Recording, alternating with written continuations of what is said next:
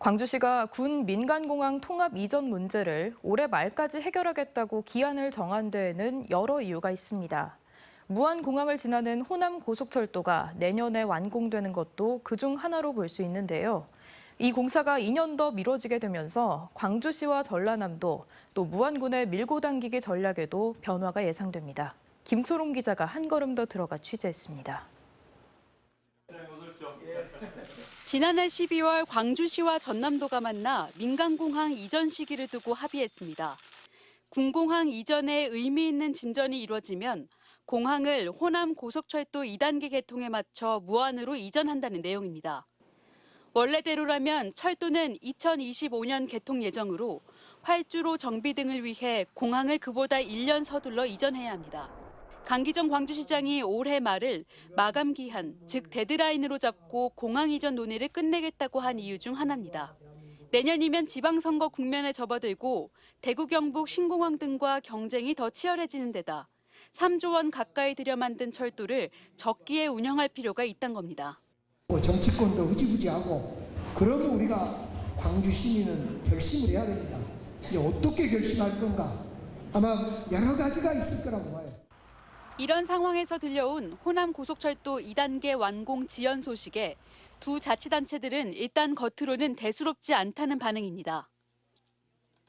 광주시는 고속철 개통 시기와 군공항 이전 문제는 직접적인 관계가 없다며 그렇기 때문에 올해 말로 설정한 데드라인도 변화가 없다고 답했고 전남도 역시 지난 협약 때 내걸었던 의미 있는 진전이 있을 때라는 단서가 중요하다며 진전이 없는 상황에서 공항 이전 시기는 의미가 없다고 밝혔습니다.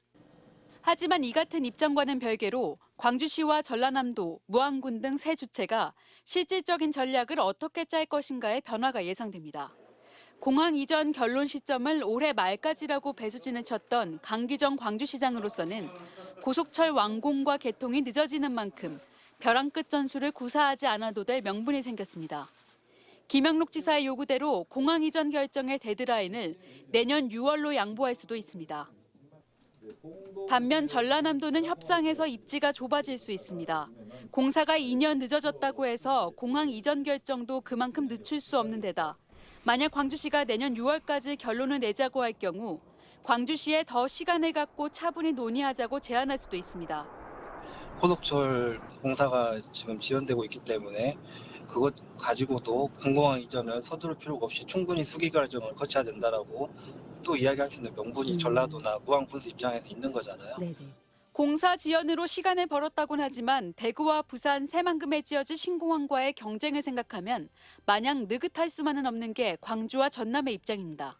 한편 김산 무안 군수는 취재진과의 통화에서 호남 고속철 공사 지연에 상관없이 광주 군공항을 받지 않는다는 입장에는 변화가 없다고 말했습니다. MBC 뉴스 김초롱입니다.